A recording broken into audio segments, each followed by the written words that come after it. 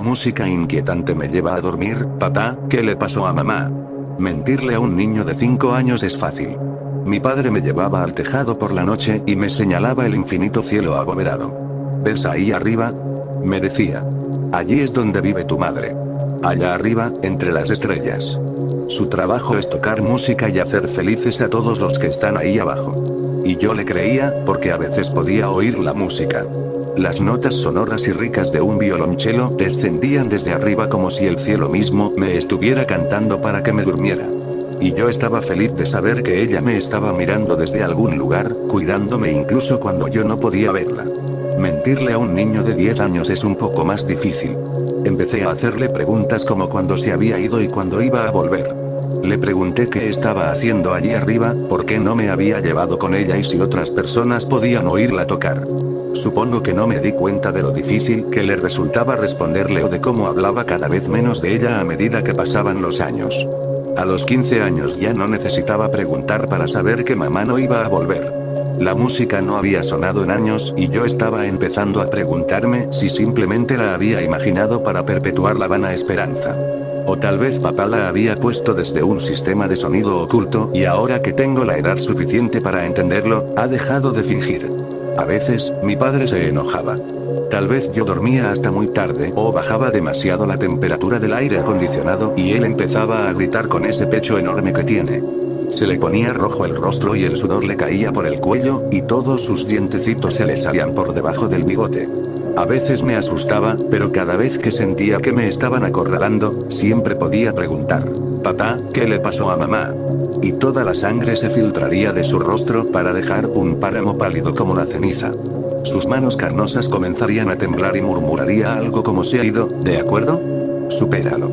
Y luego tal vez intentaría retomar los gritos y las palabrotas donde las dejó, pero todo su impulso se esfumaría. Simplemente gruñiría: «Sé una buena niña. Por tu madre», y la discusión se terminaría. Bueno, no me acordaba de mamá, así que ¿qué sentido tenía ser buena con ella? No me considero una rebelde, pero a veces las reglas pueden sonar bastante indistinguibles de los desafíos.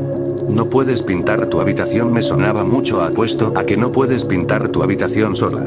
El caso es que hice un desastre enorme, papá estaba gritando como una sirena y tuve que callarlo de alguna manera. Tal vez fue un truco barato, pero había funcionado antes y solo quería que la pelea terminara. «¿Ah, sí?», le respondí. «¿Y qué le pasó a mamá?». Sus ojos emitieron una advertencia furiosa, pero estaba tan enojado que no se echó atrás. Sus dedos temblaban, pero eso no le impidió agarrar mi computadora portátil y arrancar el cable de alimentación. «Lo recuperarás cuando la habitación esté limpia», me dijo. Estaba siendo justo. Fue mi culpa que la habitación estuviera tan desordenada. No debería haber dicho lo que dije. Al menos ahora sé por qué se fue. Supe que había ido demasiado lejos en el momento en que salió de mi boca. Ahora estaba temblando mucho. Tanto que no podía contenerlo. Su mano golpeó como un espasmo muscular y la computadora portátil salió volando hacia mi cara. La esquina se me clavó en la sien y caí como un saco de ropa. Unos segundos después, recuperé la conciencia en el suelo. Estaba arrodillado sobre mí, con el ceño fruncido en un gesto de preocupación. Nunca me había golpeado antes, pero me aparté en cuanto lo vi. Eso pareció sacarlo de su estado, se puso de pie y salió de mi habitación. Ni siquiera me dolía la cabeza, así que no sé cómo me desmayé. Pensé que ese sería el final, pero «sígueme», gritó por encima del hombro. «Te lo voy a mostrar si tanto quieres saberlo». No era una voz enfadada, sino fría y cansada. Puedo imaginarme a un médico utilizando ese tipo de voz para anunciar la hora de la muerte después de 20 horas de cirugía. Esa voz me asustó aún más que los gritos. Lo seguí en silencio, escuchando su respiración agitada mientras subía por la escalera hasta el ático. «¿Vas a preguntar más por tu madre?», preguntó. «No, señor», respondí automáticamente. Nunca lo había llamado así antes, pero ahora me pareció apropiado. «¿Entonces no tienes más preguntas?». «No, señor». Por supuesto que sí, pero no parecía el momento de preguntar. «¿Y vas a limpiar tu habitación?». «Sí, señor». Y se fue, bajando de nuevo las escaleras del ático, dejándome cara a cara con lo que solía ser mi madre. Al menos, solo puedo imaginar que eso era lo que estaba viendo ahora. Ciertamente no se parecía a ningún violonchelo que hubiera visto antes. El mástil y el diapasón estaban hechos inequívocamente de médula espinal, con muescas en las vértebras como trastes.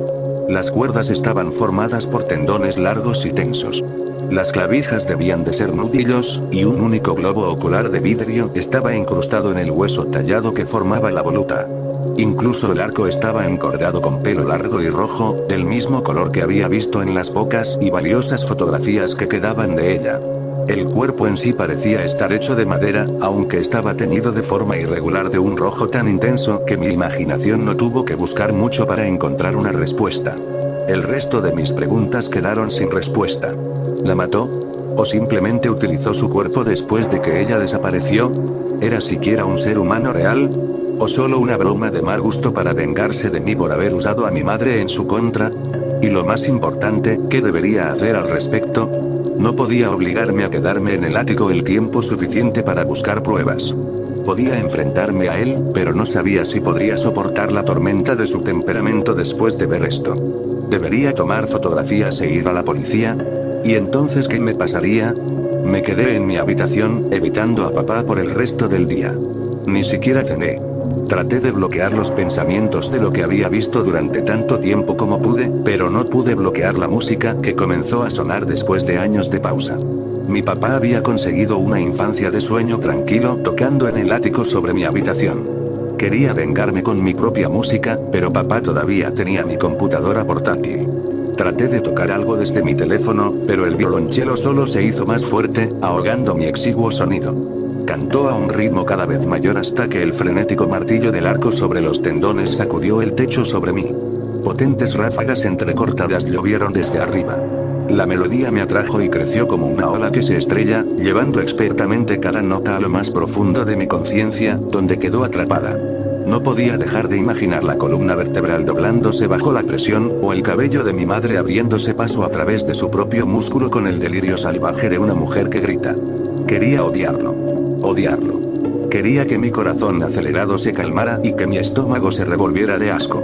Necesitaba el ritmo perfecto para perder el ritmo o la consonancia inquietante para tropezar, pero, paralizada como estaba por el mortificante pensamiento, me vi obligada a escuchar por la pura brillantez de la interpretación.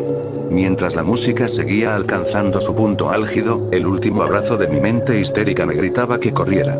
Mis sentidos estaban tan saturados de sonido que ni siquiera podía pensar con claridad. La realidad se distorsionaba bajo la melodía delirante que me llamaba a ella. Todo lo que podía hacer para mantener la presencia mental era fijarme en la idea de que me convertiría en otro instrumento que se uniría a mi madre si no escapaba. Ya no podía hacer esto. Tenía que salir.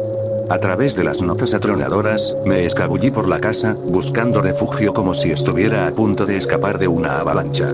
Abrí de par en par la puerta principal y salí al césped, me quedé en estado de shock en la noche silenciosa. Fuera de la casa, ya no podía oírlo. Ni siquiera el más leve eco.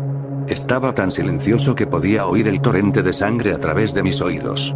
Estaba tan desorientado que di un paso hacia la casa solo para ver hasta dónde había caído en la locura. Sin embargo, una mano carnosa cayó sobre mi hombro, sujetándome en el lugar. No tuve que darme la vuelta para saber quién era. Pero si él estaba aquí, ¿quién estaba jugando arriba? Papá, ¿qué le pasó a mamá? Contuve la respiración, desesperada por oír cualquier sonido que no fuera la música enloquecedora o mi sangre corriendo. ¿Ves ahí arriba?, preguntó. Levantó la mano de mi hombro y señaló las estrellas. Me volví hacia él con furia y le aparté la mano de un manotazo. Eso ya no es suficiente. ¿Qué le hiciste?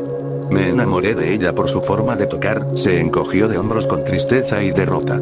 Pero luego me di cuenta de que lo que amaba era la música, no ella. Solo quería que volviera a ser bella, y lo es. Y la amo más que nunca.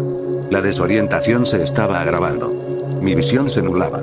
Sentía que arrastraba las palabras, pero aún así tenía que preguntar. ¿Y qué pasa conmigo, papá? ¿Todavía me amas? Luego todo se volvió negro. Pensé que estaba inconsciente, pero de alguna manera todavía podía escuchar. Por supuesto que sí, cariño.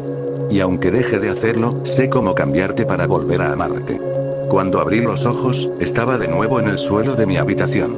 Me dolía muchísimo la cabeza. Todavía tenía la visión borrosa, pero podía sentir a mi padre arrodillado a mi lado. Te quiero mucho, lo siento mucho, dijo. Fue un accidente, eso es todo. ¿Estás bien? No sabía qué responderle.